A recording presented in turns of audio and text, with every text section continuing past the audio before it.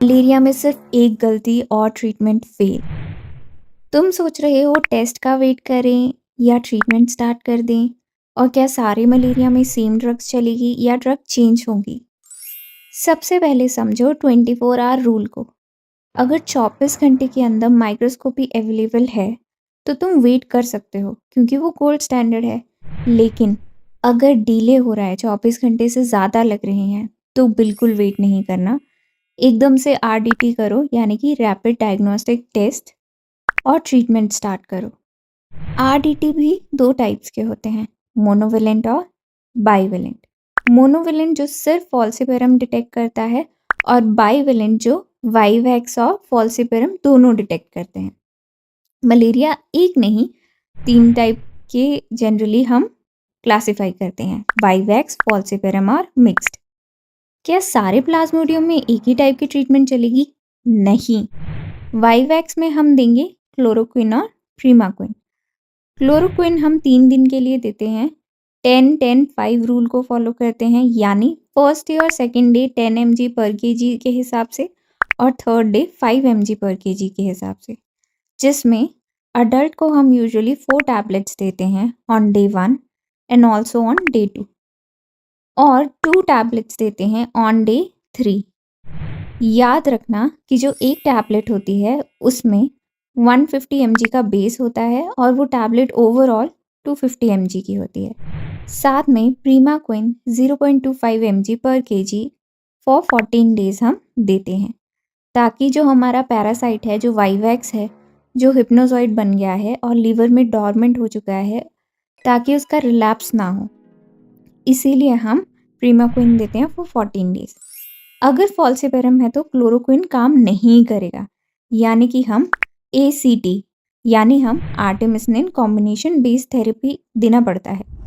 Common रजीम है ACT-SP, जिसमें आर्टिसोनेट 4 mg पर kg के हिसाब से 3 दिन तक देते हैं, और सल्फाडॉक्सिन एंड पायरिमिथामिन हम डे 1 पर देते हैं एक ही बार, और साथ में हम प्रीमाक्विन का सिंगल डोज भी देते हैं ऑन डे 2, ताकि ट्रांसमिशन कम हो जाए, क्योंकि केमेटोसाइट्स पे एक्ट करता है और ट्रांसमिशन को कम करता है।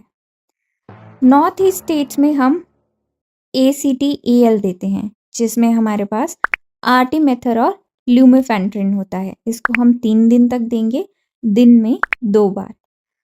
अलग अलग कलर के पैक्स हमारे पास आते हैं, और उसी के अकॉर्डिंग हमारा टैबलेट नंबर जो है वो फिक्स होता है। मिक्स्ड इन्फेक्शन, यानी कि दोनों का इन्फेक्शन हुआ है, तो उसमें हम, क्योंकि वाईवैक्स भी प्रेजेंट है, इसीलिए ACT-SP के साथ हम प्रीमाक्विन 0.25 mg पर kg फॉर 14 डेज भी देते हैं, अदरवाइज रिलैप्स हो सकता है। इमेजिन करो, एक मलेरिया पेशेंट के लिए तुमने ड्रग्स भी चूज़ कर ली, लेकिन 10 मिनट बाद उसे वॉमिटिंग हो गई। अब क्या करोगे? इग्नोर या रिपीट? यहाँ पे आता है एक real game, vomit reset protocol.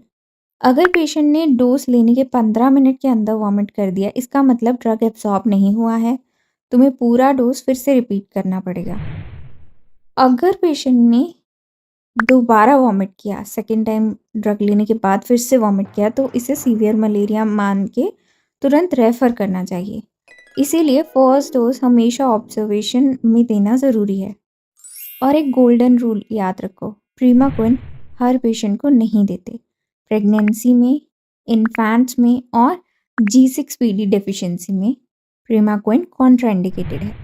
Pregnancy में भी ट्रीटमेंट चेंज होता है। फर्स्ट ट्राइमेस्टर में हम ACT अवॉइड करके क्विनिन देते हैं, और बाद में ACT यूज़ कर सकते हैं, जैसे कि सेकेंड और थर्ड ट्राइमेस्टर में।